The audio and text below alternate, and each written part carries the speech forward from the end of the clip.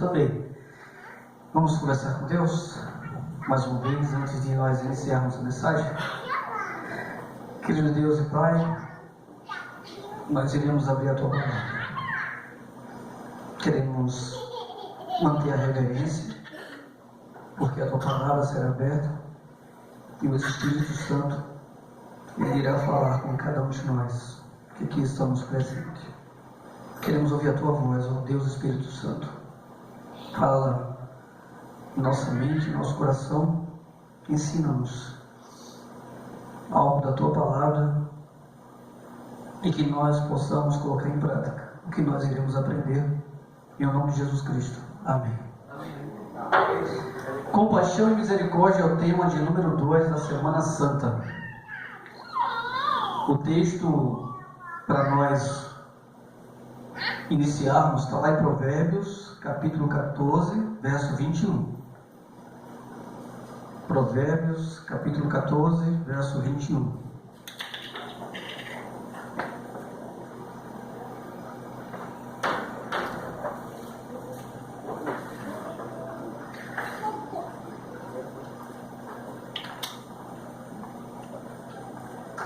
Todos acharam?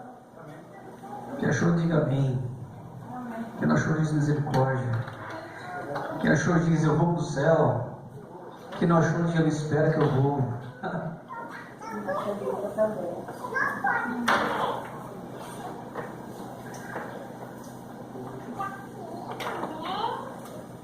Diz aqui o seguinte, verso 21. Quem despreza o próximo faz o quê?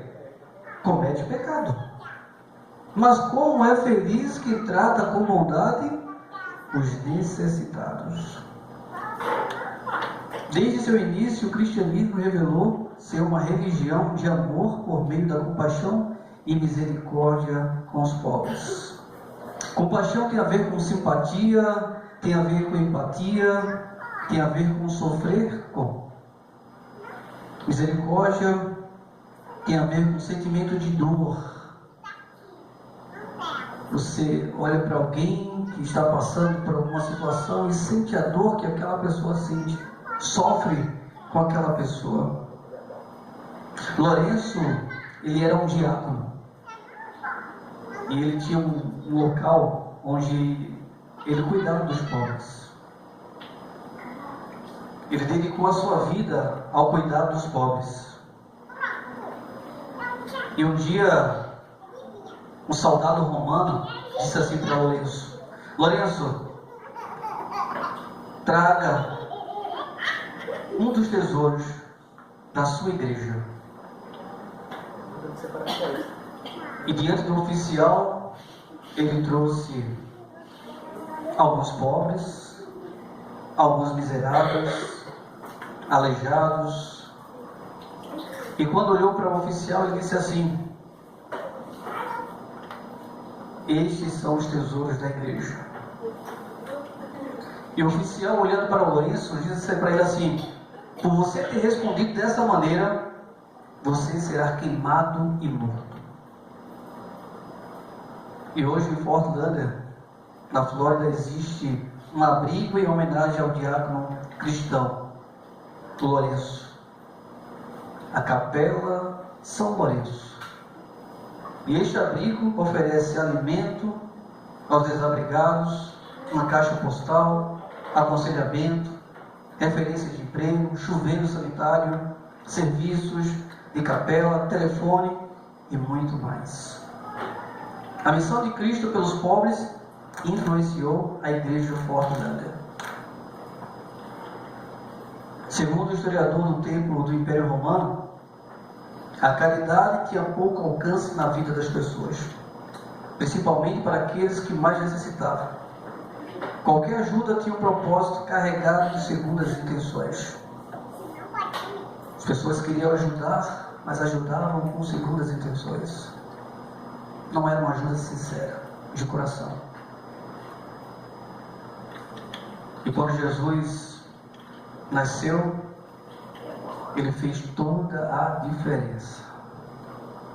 Jesus mostrou para a humanidade o verdadeiro modo de agir diante das pessoas que eram desfavorecidas na época.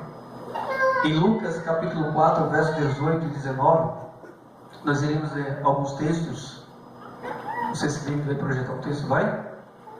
Quem quiser acompanhar na tela, pode acompanhar. Quem quiser ler na Bíblia, pode ler na Bíblia. E nesse texto a gente vê o evangelista apresentando a identidade e a messiânica do Senhor. O Espírito do Senhor está sobre mim, porque Ele me ungiu para levar as boas novas aos pobres. Ele me enviou para proclamar liberdade aos presos e recuperação da vista aos cegos, para libertar os oprimidos e proclamar o ano do favor do Senhor. Essa era a missão de Jesus Cristo: evangelizar os pobres, proclamar a libertação aos cativos, restauração da vida aos cegos, pôr em liberdade os oprimidos e proclamar o ano aceitável ao Senhor. O relato de todo o Evangelho é um testemunho dessas ações que revela que sua encarnação tinha objetivos de restauração e redenção. 1 João 3,6 fala que Deus, Ele amou ao mundo.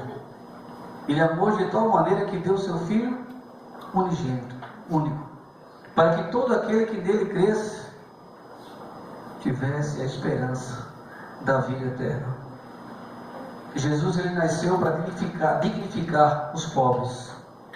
E eu fico pensando, e se Jesus não tivesse nascido, haveria salvação para os pobres? Se Jesus não tivesse nascido? Entre o pensamento da época de Cristo estava a ideia de que o sofrimento dos pobres se devia ao fato dessa classe de pessoas ser amaldiçoada. Era o que diziam os pobres: vocês são amaldiçoados, é uma classe amaldiçoada. E isso por consequência das suas próprias escolhas, essas pessoas diziam. E Jesus, Ele nasceu para evangelizar os pobres e proclamar libertação aos cativos. Ou seja, proclamar as boas novas de que Ele é o Salvador, o Cristo e o Senhor. E quem eram os pobres da época de Jesus Cristo? Poderíamos dar aqui uma resposta bem ampla sobre essa questão. Mas de fato os pobres eram aquelas pessoas que não tinham poder aquisitivo, que não tinham recursos, que não tinham dinheiro. Como diz o dito popular, não tinham onde cair morto. Pessoas que não tinham recursos. E Jesus veio para evangelizar essas pessoas também. Jesus, Ele evangelizou essas pessoas. Jesus, Ele se compadeceu dessas pessoas. E Lucas fala sobre os pobres. Mas ele também menciona os cegos, os aleijados, os leprosos, os surdos e também os coxos. Uma classe de pessoas, um grupo de pessoas que no contexto eram pessoas pobres. E nós iremos falar aqui do leproso. Esse é um exemplo, de uma pessoa que ninguém queria ter acesso. E havia até aqueles que apedrejavam os leprosos para que eles se distanciassem. E se não bastasse isso, eles ainda tinham que gritar: leproso, leproso, para que as pessoas não se aproximassem deles. Lucas fala no capítulo 5, verso 12 a 15, sobre os leprosos. Vamos ler? Lucas capítulo 5, verso 12 a 15. Esses leprosos, eles estavam entre as pessoas pobres, porque eles perdiam tudo o que tinham e iam para um lugar de refúgio. Aconteceu que, estando ele numa das cidades, veio à sua presença um homem coberto de lepra. E ao ver Jesus, prostrando-se com o rosto em terra, sobrepõe o quê? Senhor, se quiseres, pode me purificar. Pode me purificar. E ele, estendendo a mão, fez o quê? Você tocaria no leproso? Você teria essa coragem de tocar no leproso? Hoje em dia tem remédio, né? Hoje tem remédio, né, irmão? Mas antigamente a medicina não era tão eficaz como hoje, eficiente como hoje, né? Ninguém tocava na época dos leprosos. Mas Jesus tocou naquele leproso, quebrando todas as barreiras do preconceito. Ele deu dignidade ao leproso. Ele tocou-lhe, dizendo: quer ficar limpo? E no mesmo instante, o que aconteceu? A lepra desapareceu. Ele ficou curado. E ordenou-lhe Jesus que a ninguém o dissesse, mas vai. Disse: mostra-te ao sacerdote e oferece pela tua purificação o sacrifício que Moisés determinou para servir de testemunho ao povo. Aquele homem, ele ficou muito feliz, muito contente, porque Jesus o curara. O leproso, ele estava entre as pessoas pobres da época. E ao mencionar o leproso, Lucas refere-se a uma pessoa com uma doença contagiosa e mortal, sem condições de trabalhar. Ele era separado do convívio social e dependia da generosidade das pessoas, da piedade dos outros. A lepra era considerada um castigo de Deus sobre uma pessoa. O leproso era insultado e repelido com pedras para que não se aproximasse dos saudáveis. Vocês conseguem imaginar, irmãos, a situação desse moço, desse leproso? Para as pessoas, ele estava recebendo um castigo de Deus, estava sendo castigado por Deus, era apedrejado, e tudo isso porque estava com lepra. Lucas diz que as boas novas de salvação chegaram também aos leprosos. Jesus também alcançou os leprosos com a sua palavra. Os leprosos se aproximaram de Jesus. Eles suplicavam que fosse feita a vontade do Mestre. Deus, eu quero ser curado. Contudo, seja feita a tua vontade. Se o Senhor quiseres me curar, me cura. E Jesus se compadecia e os curava. Antes de falar qualquer palavra, Jesus ele estendeu o seu braço e o tocou.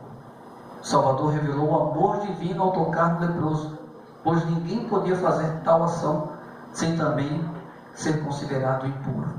Se alguém tocasse no leproso, era um impuro e também tinha que ser lançado para a terra e refúgio lá junto com os leprosos. E Jesus tocou naquele moço e ele ficou curado. Tudo para a glória de Deus. Certa vez Francisco encontrou um leproso à beira do caminho. Ao contrário da maioria das pessoas que se mantinha à distância do doente, ele sentiu profunda compaixão e compreendeu que aquela pessoa necessitava do amor de Cristo e do cuidado humano.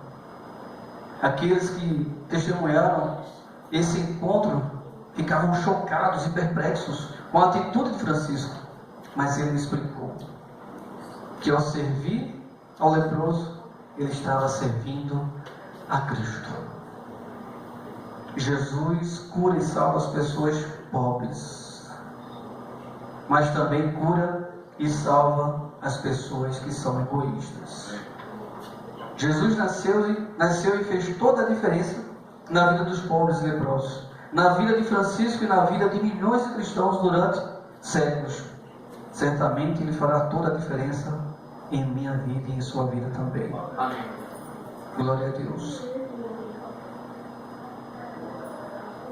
E aí vem uma outra pergunta.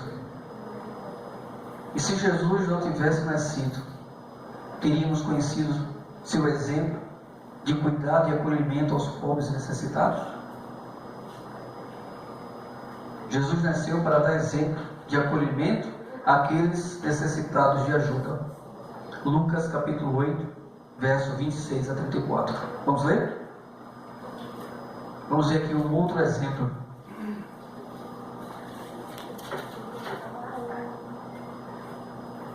E agora esse exemplo. Então, rumaram para a terra dos Gerazenos, fronteira da Galileia. Logo, ao desembarcar, veio da cidade ao seu encontro um homem possesso de demônios, que havia muito, não se vestia nem habitava em casa alguma, porém vivia nos sepulcros. E quando viu a Jesus, o que é que ele fez? Prostrou-se diante dele, exclamando e dizendo em alta voz, ele queria que todas as pessoas ouvissem: que tenho eu contigo, Jesus,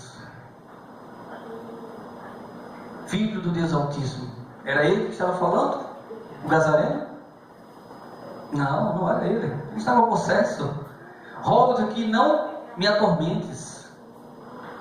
Porque Jesus ordenara ao espírito imundo que saísse do homem, pois muitas vezes se apoderara dele.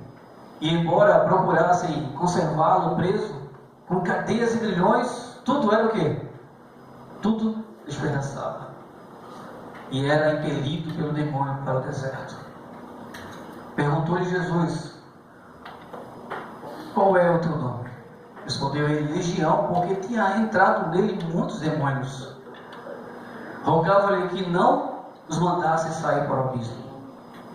Ora, andava ali, pastando no monte, uma grande manada de porcos. Rogaram-lhe que lhe permitisse entrar naqueles porcos, e Jesus o permitiu.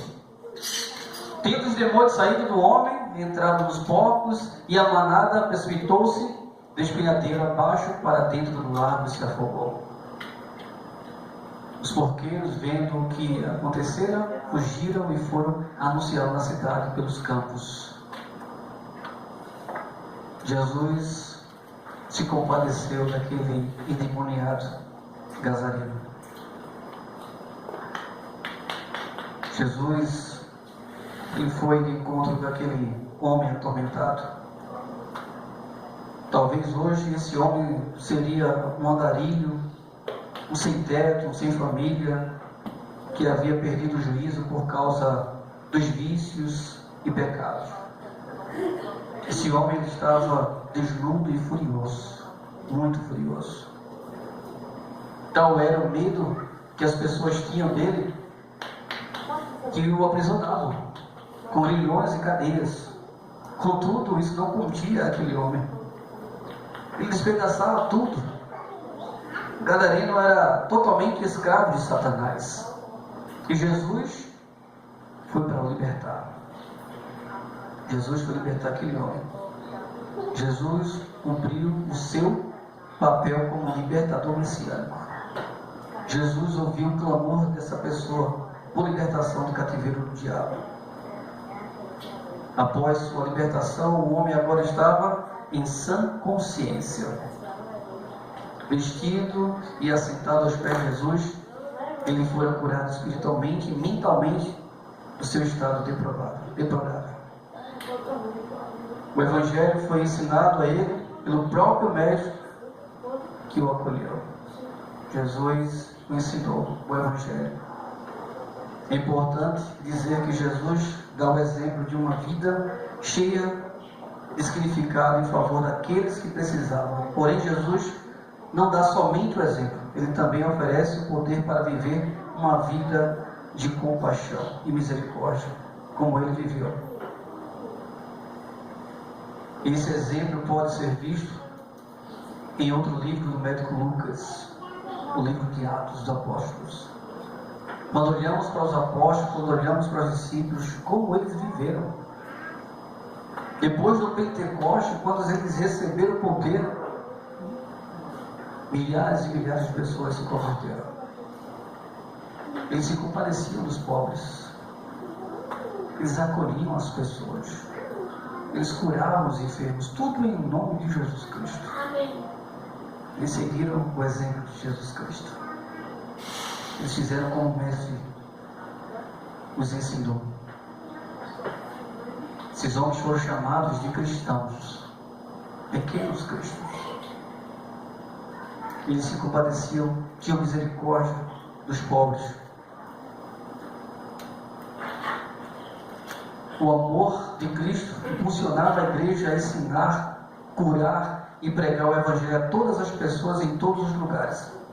A igreja era acolhedora, como Jesus. Se havia necessitado, ela estava disposta a prover a eles o que eles precisavam. Atos capítulo 4, versos 34 e 35. Para suprir as necessidades existia um fundo que visava ajudar os pobres, escravos, viúvas, órfãos, estrangeiros, sendo eles cristãos ou não. O poder do Evangelho trazia cuidado e acolhimento a quem precisava. E os primeiros cristãos amavam a Jesus e também amavam as pessoas por quem Jesus morreu. Cada ser humano, mesmo estando sob o poder do inimigo, era importante para a igreja. Todos eram importantes para a igreja. E essa igreja fez a diferença em sua época. E nos dias desses apóstolos, eles conseguiram demonstrar o amor e o exemplo de Jesus para outras pessoas. Eu queria que você olhasse para o seu irmão e dissesse assim: você é importante para Jesus. Você é importante para Jesus, Josivaldo. Amém. Somos importantes para Jesus. E os discípulos sabiam. Amém. E os discípulos sabiam que todas as pessoas eram importantes para Jesus Cristo. Por isso que eles iam de encontro com essas pessoas. Por isso que eles queriam evangelizar essas pessoas. Por isso que eles queriam ajudar essas pessoas. Todos são importantes para Jesus. E eu pergunto para vocês, irmãos, e se Jesus não tivesse nascido, teríamos conhecido o perdão de Deus e dos pobres pecadores? Se Jesus não tivesse nascido?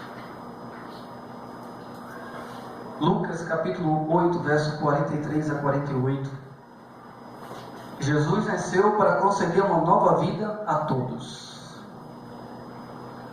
E essa última história que nós iremos ler está retratada no Evangelho de Lucas. Fala da mulher que foi curada de hemorragia.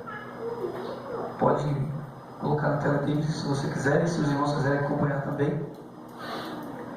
Certa mulher que havia 12 anos, ela vinha sofrendo de uma hemorragia, e a quem ninguém tinha podido curar, e que gastara com os médicos todos os seus haveres, recursos. Veio por trás dele, de Jesus, e lhe tocou na orla da veste, e logo lhe estancou a hemorragia. Mas Jesus disse: quem me tocou? Como todos negassem, Pedro com seus companheiros disse: mestre, as multidões apertam e te oprimem, e dizes: quem me tocou? Contudo Jesus insistiu: alguém me tocou, porque senti que de mim saiu poder. O milagre aconteceu. Vendo a mulher que não podia ocultar-se, aproximou-se trêmula.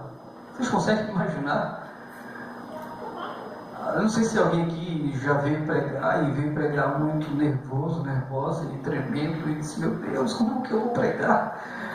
E colocou a mão no bolso e... Você já imaginou essa mulher chegando trêmula? E prostrando-se diante dele, declarou à vista de todos os povos: olha a coragem agora. A causa porque lhe havia tocado e como imediatamente fora curada. Então lhe disse: filha, a tua fé te salvou. Vai em paz.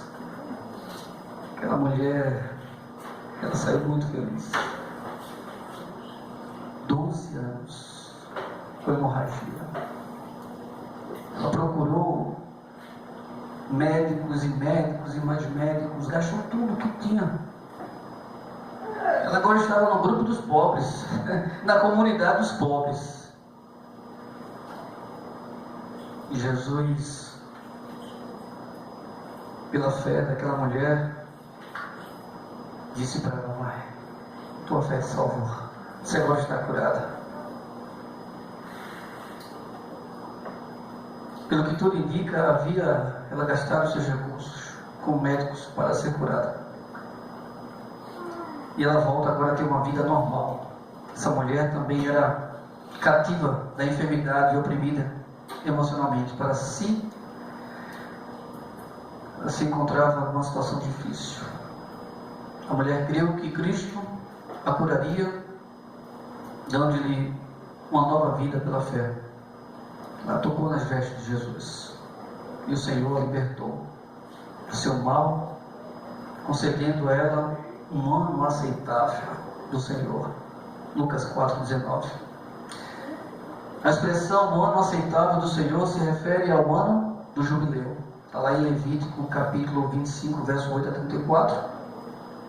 O jubileu ocorria a cada 50 anos e anunciava a libertação dos escravos, o perdão das dívidas aos pobres e empobrecidos e o retorno de sua herança perdida pelas mazelas da vida. A mulher curada estava agora no jubileu messiânico que Jesus anunciou na sinagoga de Nazaré. Está lá em Lucas 4, 18 e 19. O jubileu representava o início de uma nova vida para todos os libertos do cativeiro e opressão. Uma nova vida para os pobres. Eu fico imaginando os leprosos, né? Perdiam tudo e eram lançados no lugar, junto com outros leprosos. Esse leproso depois de curado, né? Aquele leproso depois de curado volta agora ainda pobre, mas quando chega o ano do jubileu ele recebe tudo o que perdeu de volta. Meus irmãos e irmãs, a pobreza sempre existiu na terra. Entretanto, a Igreja de Cristo fez muito para diminuir a pobreza. Temos como exemplo em nosso meio os projetos da ADRA, também da ASA, o mutirão de Natal que todos os anos nós fazemos para ajudar pessoas pobres a terem em casa o alimento. Lares de crianças, orfanatos, asilos, hospitais, abrigos, e também temos o sopão, né? E por aí vai. São muitos os projetos da Igreja Adventista do Sétimo Dia. Com o jubileu, há uma oportunidade de reiniciar uma nova vida. E é isso que Cristo oferece para todas as pessoas: um novo começo, uma nova vida, o ano aceitável do Senhor. É um convite para aceitar a graça perdoadora e restauradora de Cristo. E o João, ele afirma: Deus amou ao mundo.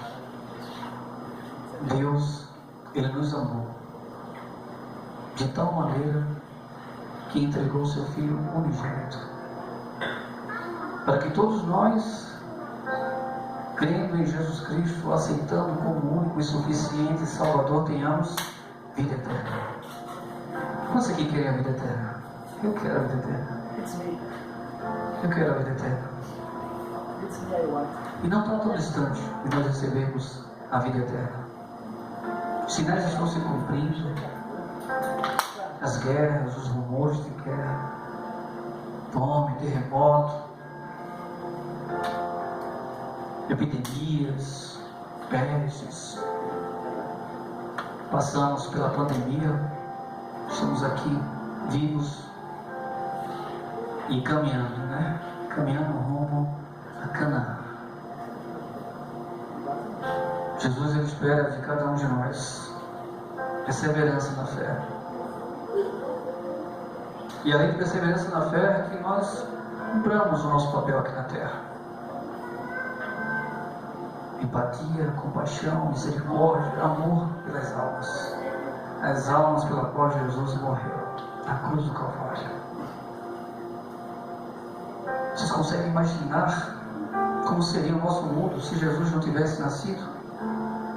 Não é assustador, irmãos? É muito assustador pensar assim. Mas Jesus nasceu.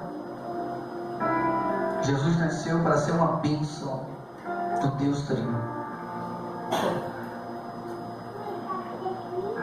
Jesus, ele nasceu para salvar os pobres e rejeitados da sociedade, para ser um exemplo do cuidado para com os desprovidos de recursos e para trazer o perdão do pecado, que é o mais importante. Perdão dos pecados, uma nova vida de oportunidades com Deus. Depois que ele nasceu, o mundo nunca mais foi o mesmo. Isso, graças ao seu poderoso amor que traz compaixão e misericórdia. Eu queria dizer dos seus discípulos, que estão espalhados pelo mundo todo e continuam a abençoar aqueles que mais necessitam. Nós somos discípulos do Senhor. Somos uma bênção. Ou deveríamos ser uma bênção para todas as pessoas deste mundo.